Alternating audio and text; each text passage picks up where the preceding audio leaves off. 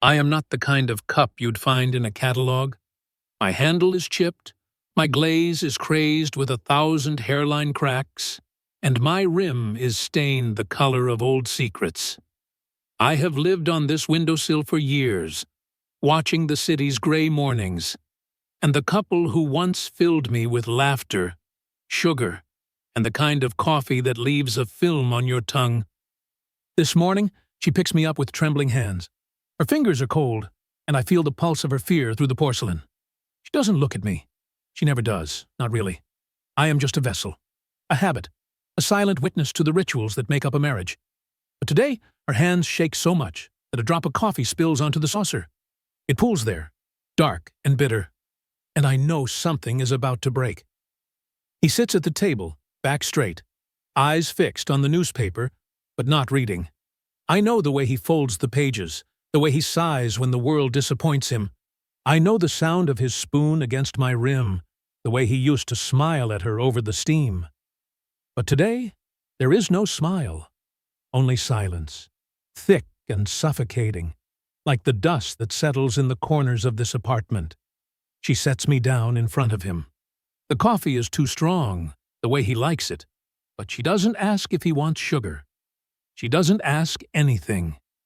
She just stands there, twisting her wedding ring, and I can feel the tension in the air, sharp as a knife.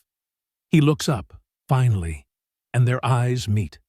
I have seen this look before, on anniversaries, on birthdays, on the mornings after arguments that lasted too long.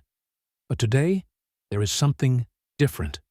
Today, there is a question hanging between them, unspoken, but heavy. She opens her mouth, closes it again. Her lips are pale, and I remember the way she used to laugh, the way she used to hum as she poured coffee into me, swirling the cream into little galaxies. Now, her voice is a whisper, barely more than a breath. "I need to tell you something," she says. The words hang in the air, suspended like the dust motes that dance in the morning light. He doesn't move. He doesn't blink. I can feel his heartbeat in the way his hand tightens around my handle, the way his knuckles go white. She sits down across from him, and for a moment, they are just two people, lost in the space between what was and what will be. I want to scream, to shatter, to spill my contents across the table and force them to look at the mess they've made. But I am only a cup. I can only watch, she tells him. The words come out in a rush, tumbling over each other, desperate to be free. She tells him about the late nights, the missed calls, the way she felt invisible, the way someone else made her feel seen. She tells him everything, and with each word I feel the cracks in my glaze deepen. He doesn't speak. He doesn't move. He just sits there, staring at me, as if I hold the answers to questions he never thought he'd have to ask. I want to tell him that I saw it coming, that I felt the shift in the air, that I heard her crying in the kitchen when she thought he was asleep. But I am only a cup. I can only hold what is given to me. The silence stretches on, long and thin, until it feels like it might snap. She reaches for his hand, but he pulls away. The movement is small, almost imperceptible, but it is enough. I feel the weight of it settle in my saucer, heavy and final. He stands up, pushing his chair back with a screech that echoes through the apartment. He doesn't look at her. He doesn't look at me. He just walks to the window and stares out at the city, at the world that keeps turning even when everything inside you has stopped. She sits there, staring at her hands, at the ring that suddenly feels too tight. I want to comfort her, to tell her that it will be okay, that people survive worse things than this. But I am only a cup. I can only offer the warmth of coffee gone cold. The day passes in a blur of silence and shadows. He leaves without a word, and she sits at the table, staring at the empty space where he used to be. I watch her, the way her shoulders shake, the way she wipes her eyes and tries to pretend that nothing has changed. But everything has changed. The rituals are broken. the routines shattered. I am still here, but I am empty. That night, she washes me carefully, her hands gentle for the first time in years. She sets me back on the windowsill, and I watch her as she crawls into bed, alone. The city lights flicker outside, and I wonder if she will ever find sleep. Days pass. He comes and goes, silent and distant.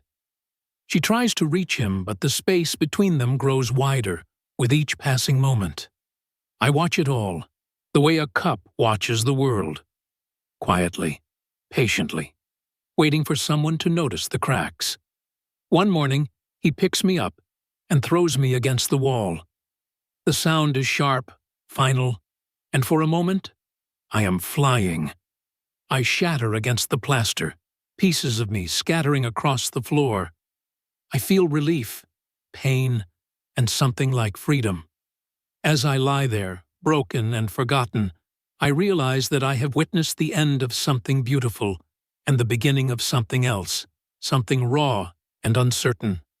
I am only a cup, but I have held their secrets, their sorrows, their love, and their loss.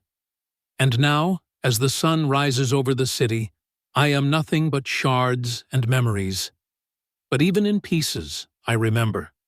I remember everything. I lie on the floor for days. Dust settles into my cracks. The world above me continues. Footsteps, doors opening and closing, the low hum of the city through thin glass. I am no longer part of their mornings. No one reaches for me. No one fills me with warmth. I am just debris, swept to the edge of their lives. But I still see. I see her, moving through the apartment like a ghost. She cleans obsessively, as if she can scrub away the memory of her confession. She avoids the window now. She avoids the table.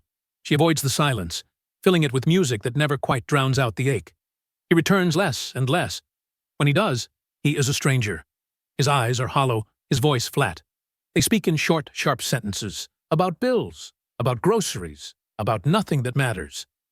The air is thick with things unsaid. I watch from the shadows, a broken relic of what they once shared. One night she finds me. She is on her knees, searching for something she's lost. Maybe a button, maybe her courage. Her hand brushes against my largest shard. She picks me up, turning me over in her palm. For a moment, she just stares, and I see her face reflected in my fractured surface. Older, sadder, but still searching for hope. She doesn't cry. She just sighs, a sound so soft I almost miss it. Then she gathers my pieces, every last one, and places them in a small box. She tucks the box into a drawer, beneath old letters and faded photographs. I am hidden, but not discarded. I am a secret now, a memory she cannot quite let go. Seasons change. The city outside grows colder, then warm again. I hear new voices in the apartment, friends, family, a therapist who speaks in gentle tones. She laughs sometimes, but it is a different laugh, cautious and thin. He is gone for good. I know this by the way she moves. Lighter, but lonelier. One afternoon, she opens the drawer. Her hands are steadier now. She takes out my box and sits by the window, the same window where I once watched the sunrise with them. She lays my pieces out on the table, arranging them like a puzzle she's not sure she wants to solve. She talks to me, not out loud, but in the way her fingers linger on my edges, in the way her eyes fill with something like forgiveness. She remembers, I think, the mornings I held their warmth, the comfort I gave when words failed. She remembers the love and the loss, and the way everything can change in a single moment. She glues me back together, piece by piece. The cracks are visible, but she doesn't mind. She fills me with wildflowers, daisies, clover, a single violet. I am not what I was, but I am something new. I am a testament to survival, to the beauty in broken things. She places me on the windowsill once more. The city glows gold in the evening light. I watch her as she stands, breathing in the scent of flowers and possibility. She is alone, but she is not empty. I am the cup that watched her lie. I am the cup that watched her break. And now, I am the cup that watches her begin again. Sometimes, in the quiet, I think I can still taste the coffee, the bitterness, the sweetness, the memory of mornings that will never return. But I am not sad. I am grateful. I have held love and loss and the fragile hope that comes after. And that, I think, is enough.